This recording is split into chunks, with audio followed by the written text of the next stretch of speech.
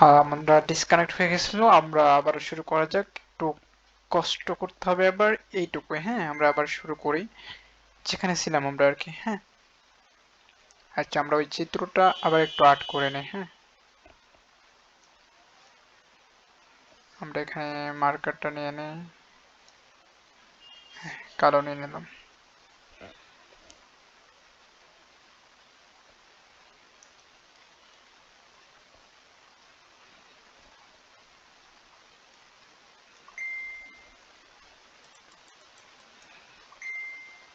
এখানে এটা হ্যাঁ হয়েছে, ডান। আমরা এখন এখানে লিখতে পারি। আচ্ছা, প্রথমে ছিল আমাদের আমাদের কিউ নেব আমরা, তাই না? কিউ, হ্যাঁ। আমাদের কি কোন থেকে নিচ্ছি রে বাবা, এটা আমরা একটু ডিলিট কিভাবে করতে হয়, ডিলিট আনডো। হ্যাঁ, একটু সোজা হবে এই যে, এখান থেকে একদম বরাবর। হ্যাঁ, একটু স্কেল, এখান থেকে আরেকটা, এখান থেকে আরেকটা এফসি। আমরা বলছিলাম বিসি এর কথা। এখান থেকে আরেকটা, তারপর আমরা নিব টিসি। আচ্ছা, এখন আমরা মানগুলো বসাই। হ্যাঁ, প্রথমে ছিল আমাদের কি কিউ, কোয়ান্টিটি, কোয়ান্টিটি, ঠিক আছে। তারপরে আমরা নিব কোয়ান্টিটি, তারপরে হচ্ছে এফসি, এফসি ফিক্সড কস্ট। 3 নম্বরে ছিল ভ্যারিয়েবল কস্ট, পরিবর্তনীয় ব্যয়, বিসি। তোমরা একটু মাথায় রাখবা বা মনে রাখার চেষ্টা করবা, কারণ হচ্ছে আমি শর্ট ফর্ম গুলো দেখতেছি, বাংলা লিখতে খুব খারাপ দেখাবে আর অনেক বড় করে লিখতে হবে, এ কারণেই ছকটা বড় হয়ে যাবে। আর টিসি সমান আমরা যেটা আমরা যে জানতে পেরেছি, টিসি সমান এফসি প্লাস বিসি। যদি আমরা লিখে দিচ্ছি, আবার লিখে দিচ্ছি, টিসি সমান FC plus VC. Clear? TC সমান এফসি প্লাস বিসি। আচ্ছা, এখানে আমাদের মান নিতে পারি 0, 1, হ্যাঁ, 1, 2, 3। আমরা 3 পর্যন্ত নিই। এখন ফিক্সড কস্ট এটা কি থাকবে আসলে, কিরকম থাকে, স্থির বেটে কেমন থাকবে? এখানে যদি 10 থাকে, এই 1 এর গড়েও 10 থাকবে, 2 এর গড়েও 10 থাকবে, এখানেও 10 থাকবে। তার মানে আমরা এটা বুঝতে পারলাম ফিক্সড কস্ট সব জায়গায় সমান থাকবে। আচ্ছা, এখন বিষয় হচ্ছে ইবিসি এটা কি ভ্যারিয়েবল কস্ট। ভ্যারিয়েবল কস্ট থাকতেও পারে, নাও থাকতে পারে প্রশ্নে, ঠিক আছে। আচ্ছা, আমি একটু ধারণা দিই তোমাদেরকে। এখানে আমরা প্রথমেই বিসি এর মানগুলো নিতে পারি, কারণ আমাদের টিসি মান বের করার জন্য কি লাগে, এফসি প্লাস বিসি। আচ্ছা, আমরা বিসি এর মানটাই নিব। আমরা নিতে পারি 0, 8, 14,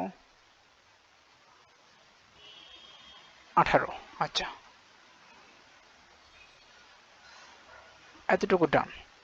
এখন টিসি সমান সূত্র বলা আছে এফসি প্লাস বিসি, এখানে টিসি সমান এফসি, এই যে এই এফসি, ঠিক আছে, আর এটা হচ্ছে বিসি, দুটো কি যোগ করলে হবে এখানে টিসি। আমরা এখানে একটু এই মার্কারটা ইউজ করি, বা এটা নিতে ইউজ করতে পারি, এটা দেখো টিসি এফসি প্লাস বিসি। হ্যাঁ, এফসি প্লাস বিসি দুটো যোগ করো, তাহলে এখানে কত আসবে, 10, 10 আর 8, 18। ক্লিয়ার? 10 আর 14, 24। আচ্ছা, 10 আর 18 কত হয়, 10 আর 18 28 28 হ্যাঁ 28। এখন আসা যাক আমাদের প্রশ্ন কিরকম হতে পারে এক্সামে। আমাদের প্রশ্ন হবে এখানে বিসি এর মানটা যদি বের করতে বলা হয় কিভাবে বের করবে তুমি। এখন তো তুমি এটা খুব সহজে বুঝতে পারলে যে এই হবে। প্রশ্নে এফসি এফসি দেওয়া থাকতে পারে, এফসি দেওয়া থাকলো, এখানে এফসি সুন্দরভাবে বুঝতে পারবা এফসি এর মানটা সব জায়গায় 10 থাকবে, 10 থাকবে সবগুলো করতে। যদি 20 থাকে তাহলে সবগুলো 20 হবে। কিন্তু প্রশ্ন হচ্ছে এই বিসি এর মানটা, এই বিসি এর মানটা যদি প্রশ্নে দেওয়া থাকে তাহলে টিসি এর মানটা বের করতে বলা হবে। আর টিসি এর মান বের করার জন্য তোমার অবশ্যই মাথায় রাখতে হবে টিসি সমান এফসি প্লাস বিসি। কথা ক্লিয়ার? টিসি সমান এফসি প্লাস বিসি, সুন্দরভাবে মাথায় রাখবা টিসি সমান এফসি প্লাস বিসি। আচ্ছা এখন প্রশ্ন হচ্ছে বিসি এর মান বের করতে বলা হলে কি করবা। সমস্যা তো এখানে যে তুমি একটা জানো বাট অপরটা জানো না, সেটা তো তোমার কি সলভ করতে হবে। এখন এক্সাম হলে তো তোমাকে কেউ বলে দিবে না, প্রশ্ন দেওয়া থাকবে, সলভ নিজেকে করতে হবে। সূত্র অনেক বইয়ে দেওয়া নাই, বিসি এর সূত্রটা দেওয়া নাই, ইভেন হচ্ছে গাইডে অনেক জায়গায় খুব সুন্দরভাবে এক্সপ্লেন করা নাই।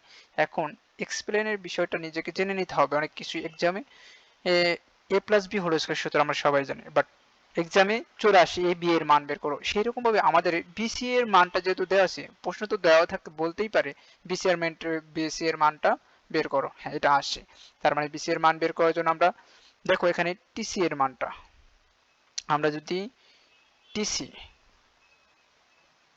মাইনাস এফসি, কি FC fixed cost F C বিয়োগ করি তাহলে আমরা বিসি এর মানটা পেয়ে যাই। দেখো এখানে যদি আমরা বিসি এর প্রথম মানটা বের করি 0 আসে, 0 আসে এখানে, এখানে 10, এখানেও 10। তুমি টিসি থেকে এফসি বিয়োগ করো, 10 10 থেকে বাদ দিলে 0, 18 থেকে 10 বাদ দিলে কত 8, তার মানে কি 24 থেকে 10 বাদ দিলে 14। কথা ক্লিয়ার? আমাদের প্রশ্ন কি এখানে ডান? কারো কোনো প্রশ্ন থাকলে বলতে পারো। আচ্ছা আমরা এখানে এটা বুঝতে পারলাম। এখন প্রশ্ন হচ্ছে আমাদের সমস্যা হচ্ছে অন্য জায়গায়। আমাদের ধরো প্রশ্নে যেটা হয় বলা হবে এফসি বিসি টিসি এর মধ্যে সম্পর্ক দেখাও বা চিত্রের মাধ্যমে দেখাও। তখন আমরা কি করব? তখন আমরা কোনো মান নেব না, ইচ্ছা চিত্র আর্ট করার সময় এই যদি টিসি বিসি এফসি এর চিত্র আর্ট করতে বলা হয় তাহলে আমরা এখানে মান নেব না। আমরা কি করব? প্রথমে সুন্দরভাবে উৎপাদন ব্যয়টা নিব। লম্ব অক্ষে থাকবে উৎপাদন ব্যয়, হ্যাঁ লম্ব অক্ষে, এই লম্ব অক্ষে আমরা উৎপাদন ব্যয় নেব। কথা ক্লিয়ার?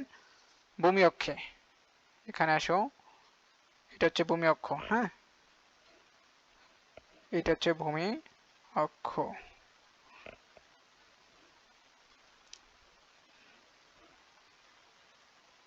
এটা হচ্ছে কি ভূমি অক্ষ, উৎপাদন ব্যয়।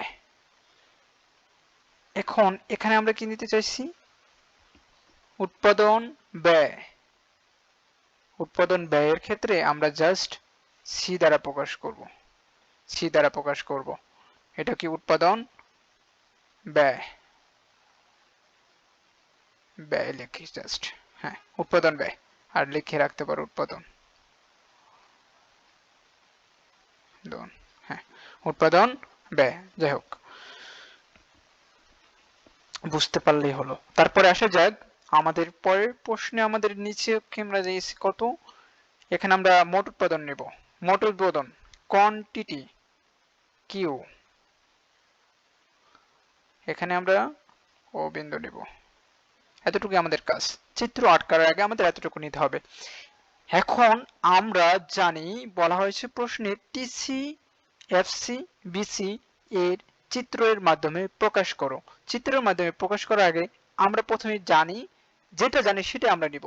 এফসি এর মানটা কি থাকে? ফিক্সড থাকে।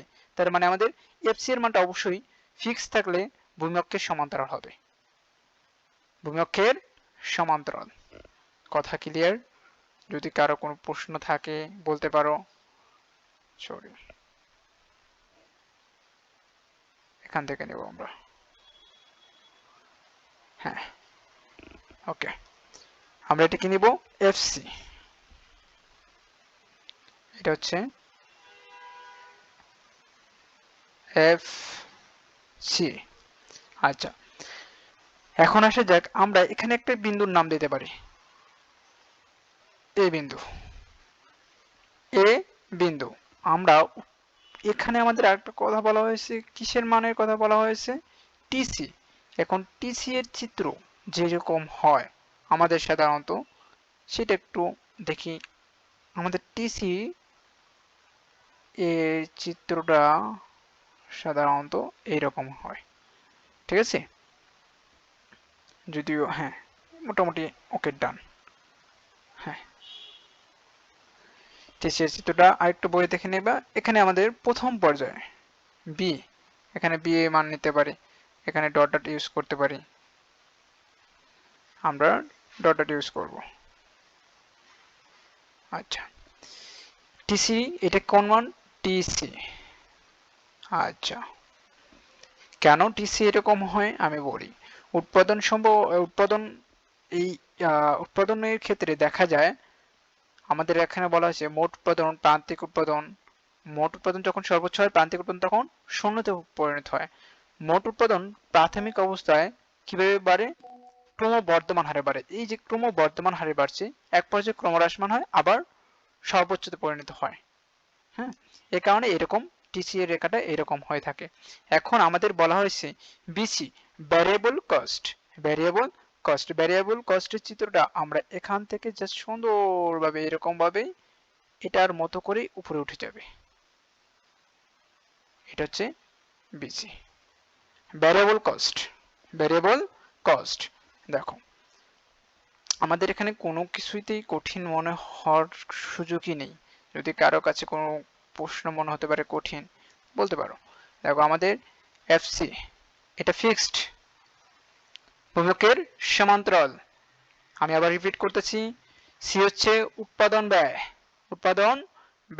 লম্ব-অক্ষে উৎপাদন ব্যয়, ভূমি-অক্ষে হচ্ছে মোট উৎপাদন, কিউ কোয়ান্টিটি।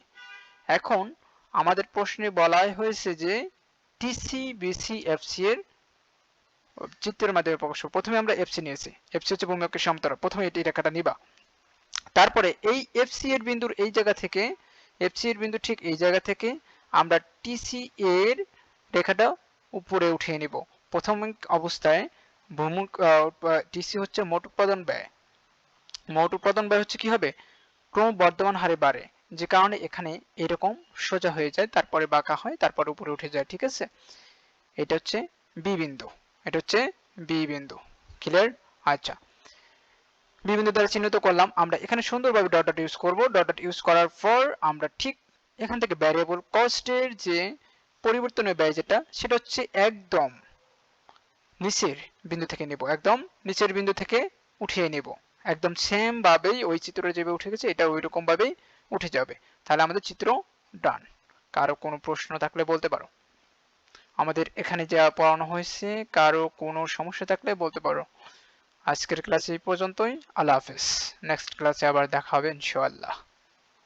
এই পর্যন্ত সবাই সুস্থ থাকো, ভালো থাকো। দেখা হবে নেক্সট ক্লাসে।